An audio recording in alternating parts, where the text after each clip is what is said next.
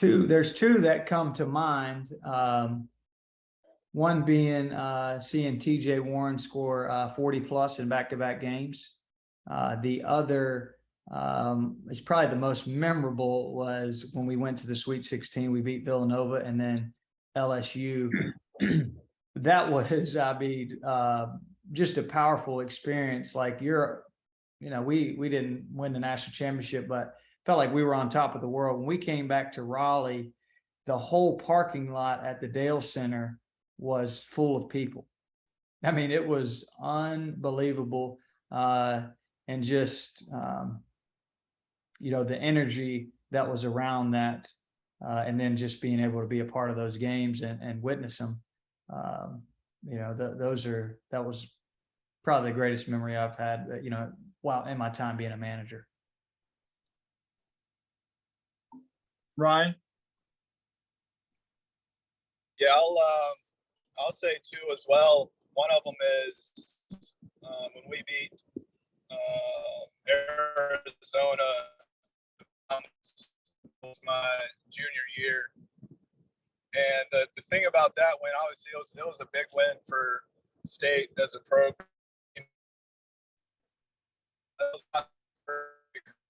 That was Keith's first year, and I had obviously worked for Godfrey for 2 years, and enjoyed that a lot. And so when Keith took over, obviously I was a little hesitant at first because it's a whole new staff, whole new program. Am I gonna like it?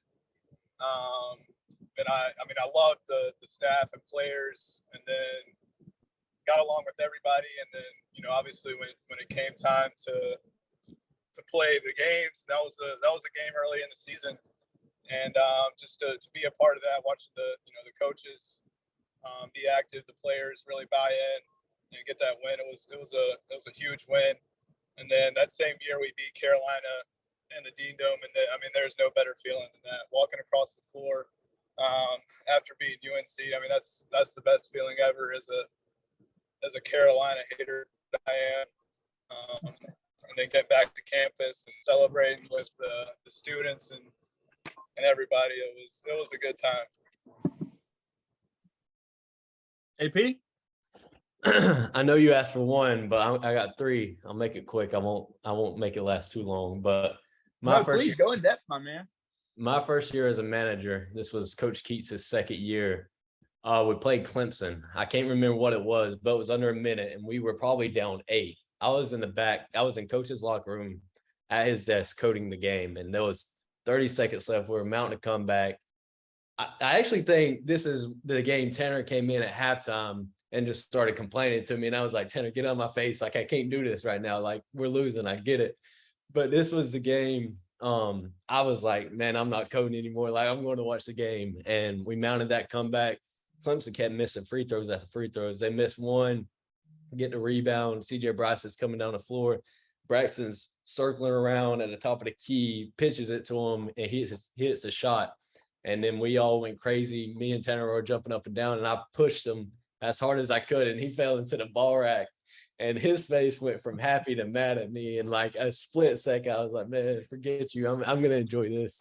So that was pretty nice. And then my second year going into the 1920 year, beating Duke at home was pretty special. That was right before COVID happened. So looking back, that was extremely special. Everyone rushing the court. I got a chance to do that. And I was talking to Tanner earlier today. That game, that day, that whole day felt like we were going to do it, like we were going to beat Duke. I don't know what it was. There was just something there. It was like we were going to get it done, and we did, and rushing the court and then beating Duke was awesome. And then my first year as a GA going into that next year, beating Carolina at home was extremely special because it was going into Christmas. My whole family's huge UNC fans, so I had that little edge over them. Me and Tanner were at the top videoing it, filming it. But finally getting one over Carolina, who I needed that one really bad. So like Ryan, growing up, pretty much probably everyone here growing up not a big Carolina fan. So that was special. So that's my top 3 for sure. Awesome. I was waiting on somebody to mention the Clemson game because I knew one of you would. Let me ask you this. Is that the loudest, when Braxton hits the shot, is that the loudest you ever heard PNC? That's one of the loudest. Yeah. The other two actually came in losses. Virginia, we had them in overtime. That was just one noise going in. And the Lipscomb game in Reynolds was, those two games I remember were extremely loud. But I don't even remember what it sounded like, that Clemson game. Like, I don't remember it, but I know it was crazy because I remember celebrating. It was, shout out Braxton Beverly for that one. That was intense. All right, Mehrtens. I wouldn't say it's great, but definitely the most fulfilling part so far of being a manager for me is and it's a little bit different because the majority of you guys have been at NC State and you've been around guys that are professionals and that have gone into the NBA. But you guys know that I have a pretty close relationship with Jalen Sims, a former UNCW player.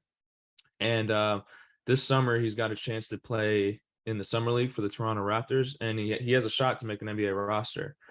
For me, the most fulfilling part is knowing that I had a very, very small, minute role in helping him achieve his dream. And I first met Sims when I was a manager, obviously, and we had the same major, and we had the same class, actually. It was an 8 a.m. communications class. And so, once he knew I was a manager, the next day he came and sat with me in class. And I thought that was like really like that going back earlier to the thing that got you hooked, that kind of got me hooked right there, because I saw this dude come over to me in this big 100 kid class, and he sat next to me. I was like, damn, like this dude like cares. So from then on, our relationship grew. But to know that he has dreams and that I helped him get there, again, a small part of it, but to know that I had a role in that, it was really fulfilling to me. And, I wish nothing but the best for him because he's a great dude. That's probably the most fulfilling. Another great moment was, being on the roster for a week and a half, 2 weeks. I did feel like a big shot there.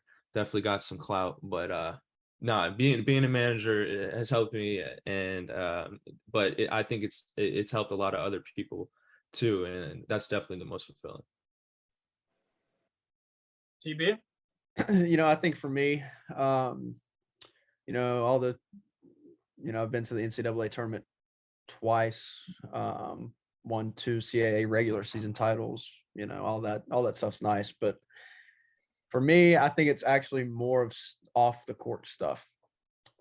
Spending 4 days in Montana with the flu last year, for Thanksgiving.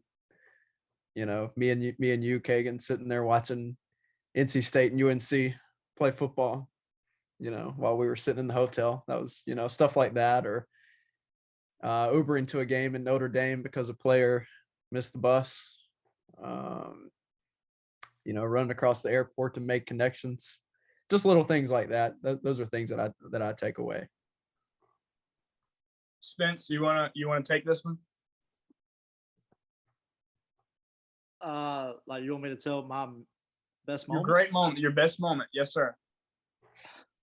Man, I mean, I would say this whole past year, with our team winning the CBI and going on win streaks, but I'm gonna say the one that just randomly popped in my head was Sims's game winner versus James Madison this year. Yeah.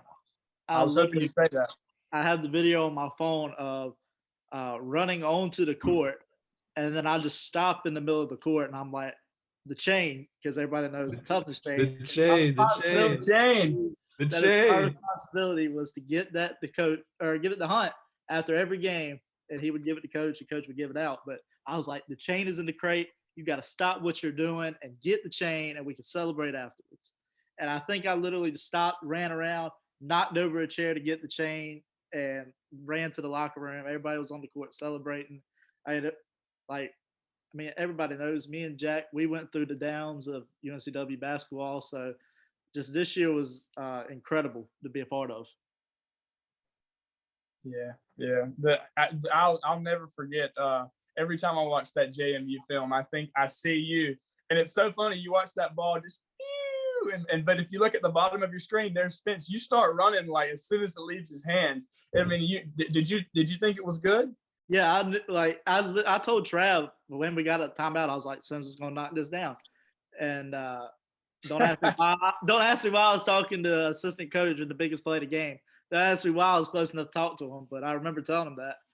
And I just like, as soon as he shot it, like you said, I just saw it going the whole way. And I was like, oh my goodness, that looks good. And I just remember taking one big step forward and just, as soon as it goes through, I'm just taking off. And the mascot was the worst. The cheerleaders were right beside me. And I mean, their faces, like when the shot went through, I was like, yes, thank you. I was like, it's finally the moment. That was one of the worst crowds, I thought, or most hostile. Oh, yeah. That's got to be one of my best moments, obviously. I remember I was filming that game, and I was standing beside two JMU managers. And when that shot went through, and I'm like you, I felt like it was going to go. I don't know why. I think we were I don't know, we were feeling good at that time. We won a few games, and so we were probably a little foolish. But yeah, I just like, this shot's going in for some reason. And then we obviously rattled off, a bunch of wins. But I remember there were two JMU managers beside me, and when that shot went through, I mean, I was running all over the concourse screaming. I mean, I showed myself. I really did. But yeah, that one, beating JMU at home, the fans storming the court. I mean, man, that was an awesome deal. I never thought I'd be a part of something like that. But yeah, we had just this past year was magical. I think everybody here would agree with that. But yeah, and I'll say one more, was when we won the regular season that night at Delaware. And Jack and I talked about this yesterday. When Amari Kelly, he had this big dunk. I don't know if it was I think it was early in the game, and he threw it down, and we both agree. We're like, when Amari Kelly makes that dunk, it's like, they're not beating us today, buddy. We got him. And then we got back in that locker room, and we just about tore it to pieces. That was an awesome feeling. I'd never really experienced anything like that. I mean, that's like the great things you hear about sports and what it can do, and just like the camaraderie in that room. We all blood, sweat, and tears. We loved each other, and pouring the Gatorade on coach and all that. I mean, that was just an awesome feeling.